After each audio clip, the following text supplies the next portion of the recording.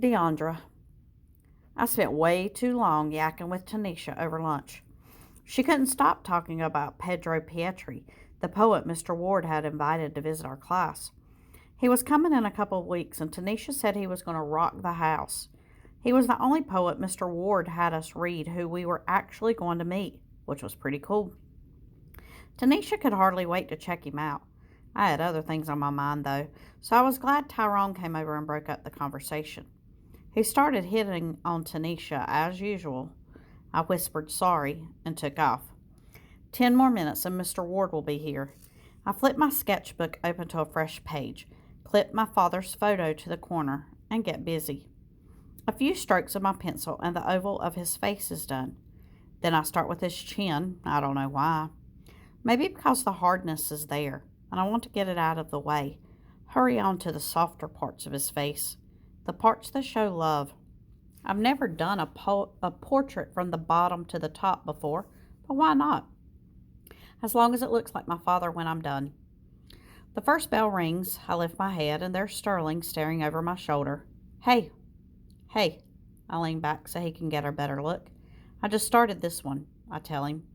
Other kids file in, so I gather up my charcoal pencils. Raoul swirls his brush in a jar of water and finishes straightening up Mr. Ward's desk. I catch his eye and we smile at each other. He's part of the reason I don't mind people looking at my drawings anymore. I guess I should give Tanisha some credit, too. It was her bright idea to have me do those book report covers. The day we got our reports back, Mr. Ward held mine up to everyone so everyone could see the cover. I tried evaporating on the spot, I swear. The last thing I wanted was extra attention. Too late. When class was over, I ran out of the room before anyone had a chance to laugh in my face. But Raoul caught me in the hall and snatched the report from me quicker than a subway door slamming shut. He said he wanted to get a better look at it. I bit my tongue and stared at the floor.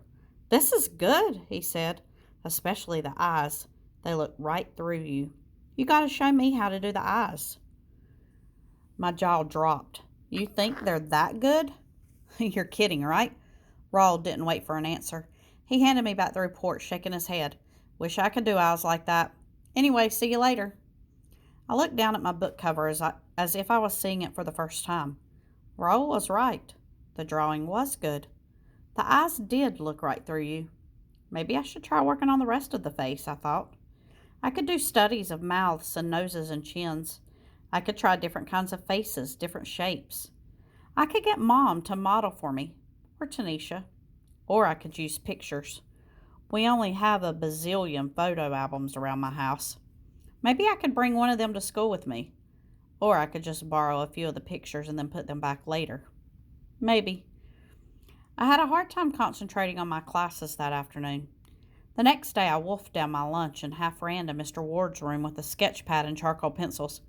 By the time Raoul arrived, I was already at work. Nowadays, I'm in here 2-3 times a week. I'd come more often, but I got to make time for my friends. I shade in my father's jawline just as Mr. Ward enters the room, then put my pencil down and look up in case he tries to catch my eye. Mr. Ramirez, says Mr. Ward, may I have my desk, please? Raoul bows deep like some actor in an old-time movie, then struts to a seat.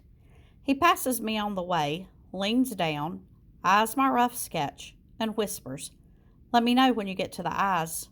My smile is so wide, my cheeks hurt. High Dive by Diondra Jordan. A trip to the city pool ain't what it used to be. I left the kiddie pool behind many moons ago. I know how to float, how to dog paddle, how to hold my breath between breaststrokes. I know the stench and sting of chlorine. It's no big thing. But this, scaling the ladder for the high dive, drives me to distraction. What if I forget to swim? What if there's no water in the pool? But wait, is it really water I'm after? I reach the top, pad to the edge of the board, and peek. There it is, swirls of blue, purple, and periwinkle watercolor. The perfect palette. I take a deep breath, dip the tip of my brush into sky, take one long leap, and to be continued. Tyrone. I've been thinking we should plan on having a poetry slam next year. I ran the idea past Diondra. She's one of the shyest sisters in our class. At least she was when school got started. Anyway, I figure if she's into the idea, everybody else should be down with it. Next thing I need to do is pitch it to Mr. Ward, see if I can get the principal to go for it. Man, I would love to get in some guys from Bronx Science or one of them other special schools and turn them into toast at a poetry slam. There's no way they'd beat us. They wouldn't even know what hit 'em.